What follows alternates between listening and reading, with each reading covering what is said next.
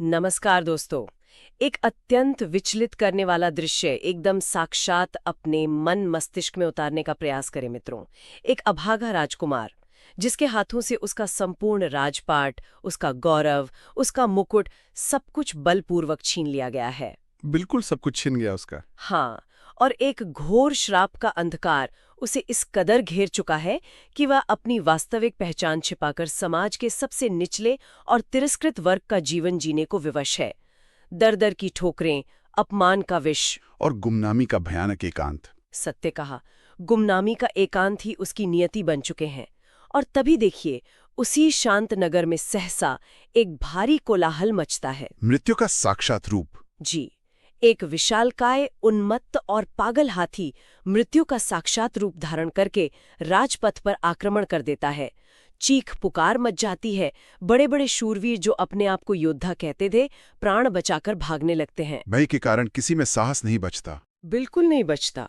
और उसी पागल हाथी के ठीक सामने एक सुकोमल राजकुमारी फंस जाती है।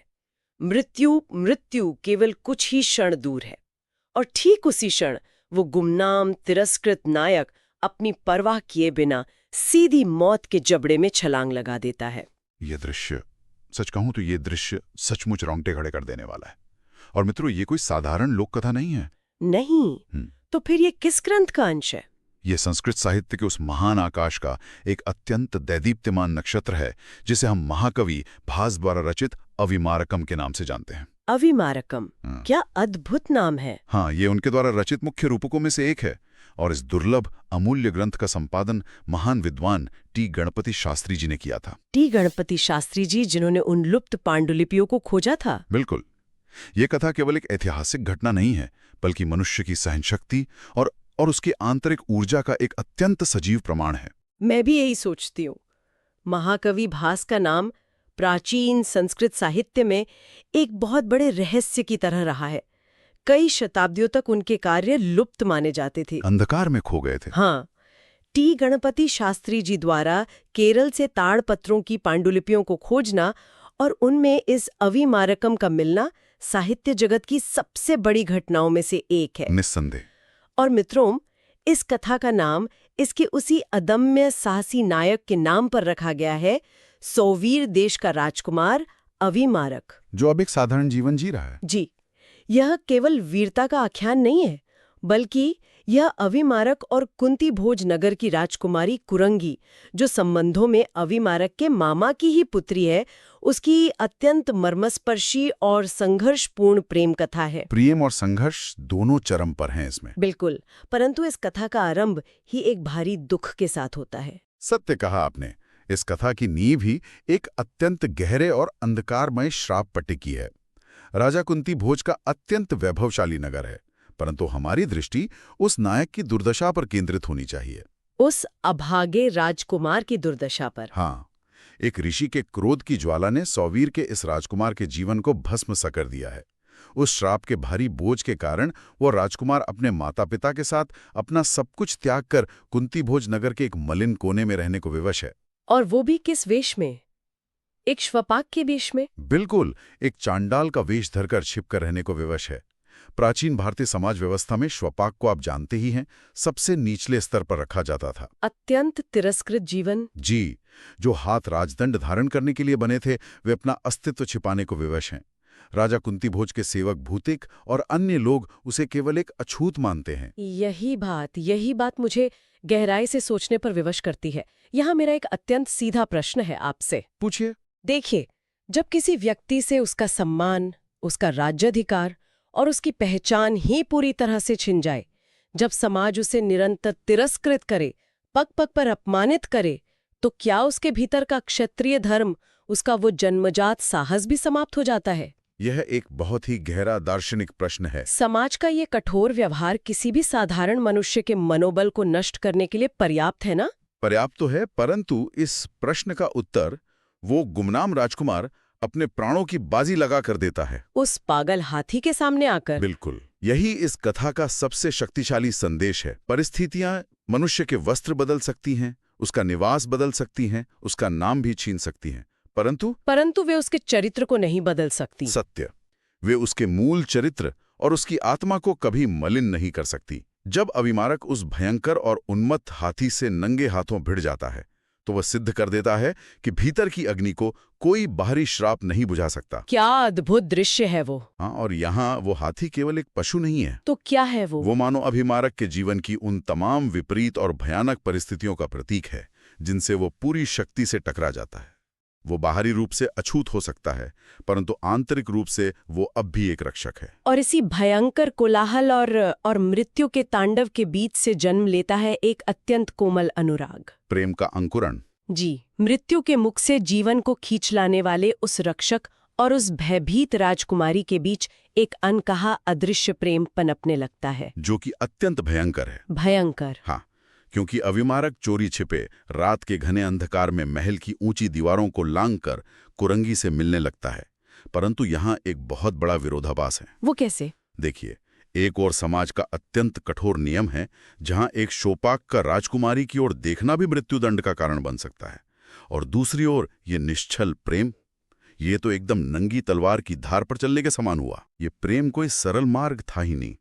जैसे जैसे उनके इस गुप्त प्रेम के प्रकट होने का खतरा बढ़ता है, वैसे वैसे महल के भीतर भय और धोखे का तनाव अपने चरम पर पहुंचने लगता है। कोई भी उन्हें देख सकता था। बिल्कुल।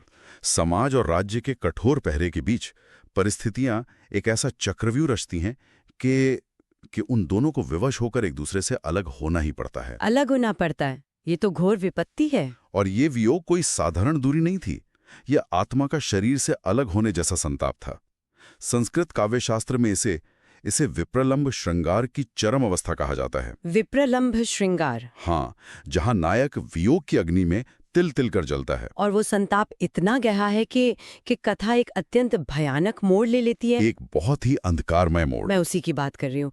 अविमारक की मानसिक पीड़ा उस सीमा तक पहुंच जाती है जहां उसे प्रकाश की कोई किरण दिखाई नहीं देती। वो इतना टूट चुका है कि वो अपने ही हाथों अपनी जीवन लीला समाप्त करने का कठोर निर्णय ले लेता है। जी, यह सत्य है। यहाँ मुझे एक वैचारिक आपत्ति है। कैसी आपत्ति? देखिए, एक शूरवीर जिसने मृत्यु के साक्षात रूप उस विशाल हाथी को तो परास्त कर दिया, वो इस वियोग की पीड़ा के सामने इस प्रकार घुटने टेक देता है। यह एक स्वाभाविक आपत्ति है। क्या एक नायक का हताश होकर अपने प्राण लेने का निर्णय उसके नायकत्व को खंडित नहीं करता? क्या ये कायरता नहीं है? मैं समझता हूं आप ऐसा क्यों सोच रही हैं, परंतु यहाँ महाकवि भास के मनोविज्ञान को अत्यंत सूक्ष्मता से समझना होगा। अच्छा? यह कोई साधारण निराशा नहीं है। ध्यान दीजिए, अविमारक ने सबसे पहले अपना राज्य खोया। जी। फिर उसने अपनी पहचान खोई, अपना सम्मान खोया, और अब वह अपना प्रेम, जो उसके जीवन की एकमात्र आशा थी, अंतिम ज्योति थी, उसे भी खोने जा रहा है। सब कुछ एक एक करके छिन रहा है। बिल्कुल। जब एक मनुष्य निरंतर सब कुछ खोता रहता है तो एक बिंदु ऐसा आता है जहां संघर्ष की इच्छा ही जड़ से समाप्त हो जाती है।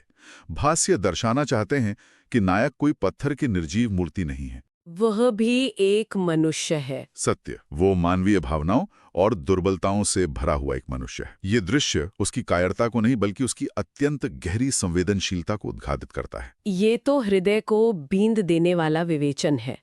और ठीक उसी क्षण जब वह प्राण त्यागने ही वाला था, कथा में एक अत्यंत अलौकिक घटना घटती है। एक चमत्कार होता है। जी, एक विद्याधर प्रकट होता है और अविमारक को एक चमत्कारी जादुई अंगूठी प्रदान करता है।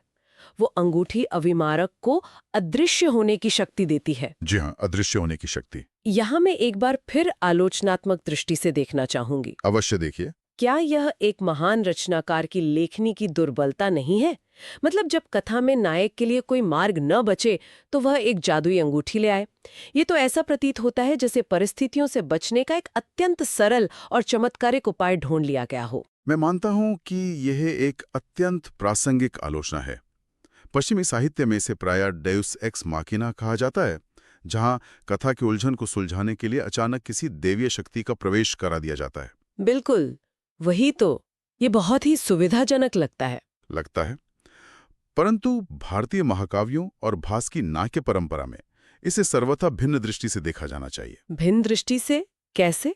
सर्वप्रथम, विद्याधर हिंदू पौराणिक कथाओं में ऐसे प्राणी हैं जो वायुमार्ग से चलते हैं और जिनके पास प्राकृतिक रूप से अलौकिक विद्याएं होती हैं। उनका प्रकट होना भारतीय विश्व दृष्टि के पूर्णतः अनुकूल है, जहां मनुष्य और दैवीय शक्तियां एक ही ब्रह्मांड का सहज भाग हैं। तो क्या वो जादुई अंगूठी केवल कथा को आगे बढ़ाने का एक उपकरण मात्र नहीं है? इसका प्रतीकात्मक अर्थ क्या है फिर? इसका अत्यंत गहरा प्रतीकात्मक अर्थ है। मैं सुनना चाहूंगी। वह अंगूठी नायक को भौतिक रूप से अदृश्य करती है, परंतु वास्तव में वह उस समाज की कठोर और पक्षपाती दृष्टि से अदृश्य हो जाने का मार्ग है। क्या बात है, समाज की दृष्टि से मुक्ति? बिल्कुल। समाज के नियम अभिमारक को कुरंगी से मिलने नहीं देंगे।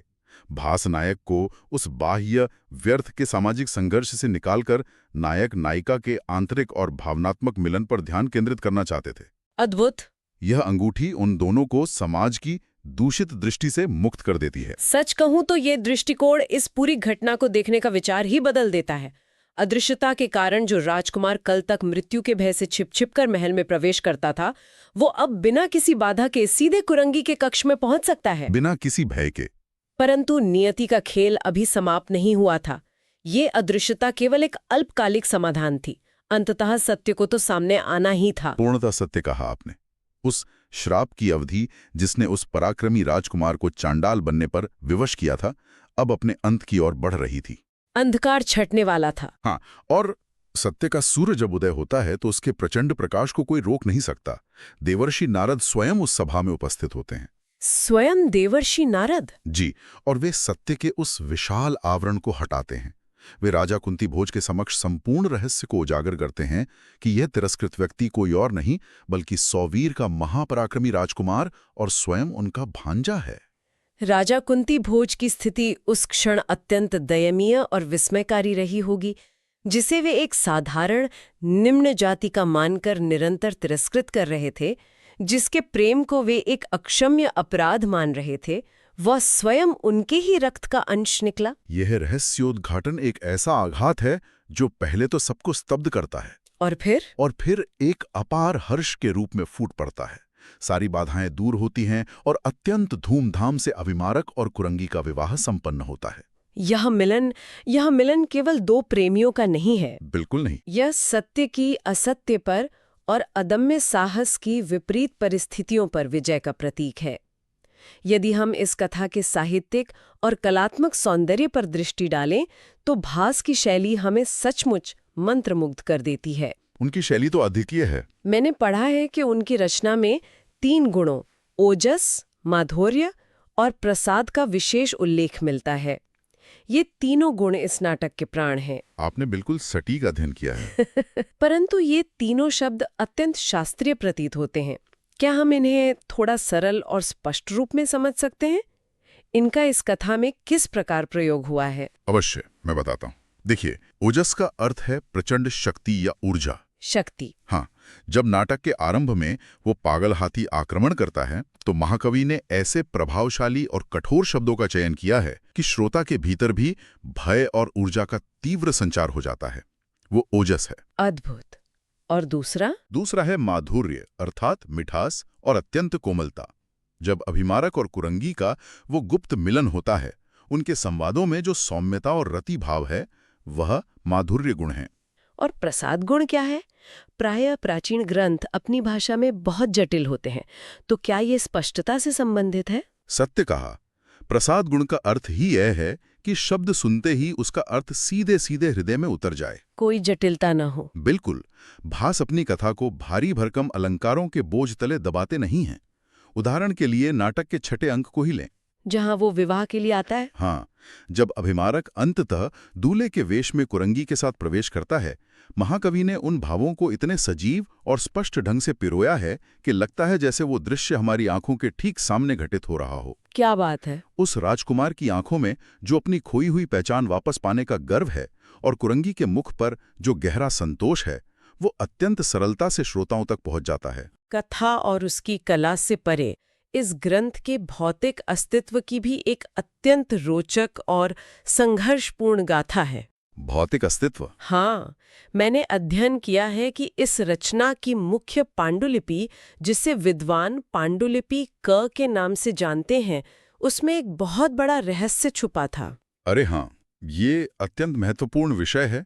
जब विद्वानों ने इस पांडुलिपि क का अध्ययन किया तो उन्होंने पाया कि उसमें नायिका के कुछ अत्यंत महत्वपूर्ण कार्यों और संवादों का वर्णन पूरी तरह से छूट गया था। पूरी तरह से? जी, और यह महाकवि भास की कोई त्रुटि नहीं थी, बल्कि ये उस लिपिक की भूल थी जिसने सदियों पहले उन ताड़पत्रों पर उस अमूल्य ग्रंथ की प्रतिलिपि तैयार की थी। ये तो प्राचीन धरोहर के संरक्षण के दृष्टिकोण से एक बहुत बड़ी हानि है। सदियों पहले हुई एक लिपिक की मानवीय भूल के कारण हम एक महान रचना का अंश हमेशा के लिए खोने के कगार पर थे। परंतु यहीं विद्वानों की तपस्या का प्रमाण मिलता है। उन्होंने उसे ढूंढ लिया। बिल्कुल। बाद में अन्य प्रत्ययों, संदर्भों और अत्यंत सूक्ष्म अध्ययन के पश्चात विद्वानों ने इस छोड़े के भाग को पहचाना और उसे पुनः कथा में ससम्मान स्थापित किया। ये तो बहुत बड़ा कार्य हुआ। ये छोटी सी घटना हमें यह बताती है कि हमारे पूर्वजों ने इस अमूल्य ज्ञान और साहित्य को हम तक सुरक्षित पहुंचाने के लिए कितने भयंकर संघर्ष किए हैं। ज्ञान का हस्तांतरण कभी भी सरल नहीं रहा है। सच कहूं तो ये सचमुच ज्ञानवर्धन करने वाला है। एक कथा जो स्वयं में इतने संघर्ष और रहस्य समेटे हुए है, उसकी पांडुलिपि का इतिहास भी अपने आप में एक संघर्ष की ही गाथा है, एक दर्पण की तरह है। ये हमें हमारी प्राचीन धरोहरों के प्रति और अधिक कृतज्ञ बनाता है। यदि हम इस पूरी कथा के मर्म को गहराई से समझें तो यह स्पष्ट होता है कि अविमारकम केवल एक राजकुमार और राजकुमारी की कथा मात्र नहीं है। सत्य कहा आपने। ये मनुष्य के अदम्य साहस, उसके अपार धैर्य और नियति के निर्मम प्रहारों के साथ उसके निरंतर चलने वाले संघर्ष का एक जीता जागता प्रमाण है, एक प्रेरणा है। ये कथा ये स्थापित करती है कि जीवन में चाहे कितना भी घोर अंधकार क्यों न छा जाए, परिस्थितियां कितनी भी विपरीत और शत्रुभाव से भरी क्यों न हो, यदि मनुष्य की भीतर का सत्य और उसका धर्म अडिग है तो वो किसी भी श्राप को परास्त कर सकता है। बिल्कुल। एक सच्चा नायक वो है जो अपना सर्वस्व छिन जाने के बाद भी, अत्यंत तिरस्कृत जीवन जीते हुए भी, निर्बलों की रक्षा करने के अपने मूल धर्म से तनिक भी विचलित नहीं होता। मित्रों, महाकवि भास की यह अमर कथा केवल सुनने के लिए नहीं है, यह भीतर तक उतर जाने के लिए है। यह मनुष्य की आत्मा की विजय की एक प्रचंड उद्घोषणा है। सत्य कहा।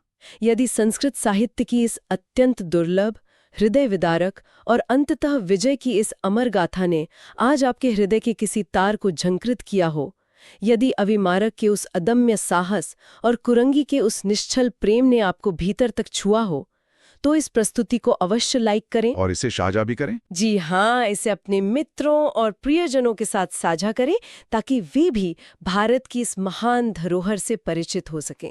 अपने अमूल्य विचार कमेंट में प्रकट करें और हमारे चैनल को सब्सक्राइब करना न भूलें। और हमें ये भी बताएं कि आगे हम किस ग्रंथ पर चर्चा करें। बिल्कुल, आगे किस महान और रहस्यमयी ग्रंथ पर चर्चा होनी चाहिए, ये भी अवश्य बताएं। धन्यवाद। जाते जाते बस इस एक विचार पर मंथन अवश्य कीजिएगा दोस्तों। जब जीवन सब कुछ छीन ले, तब भी क्या मृत्यु की आंखों में आंखें डालकर किसी निर्बल की रक्षा करने का वो अदम्य साहस जुटाया जा सकता है?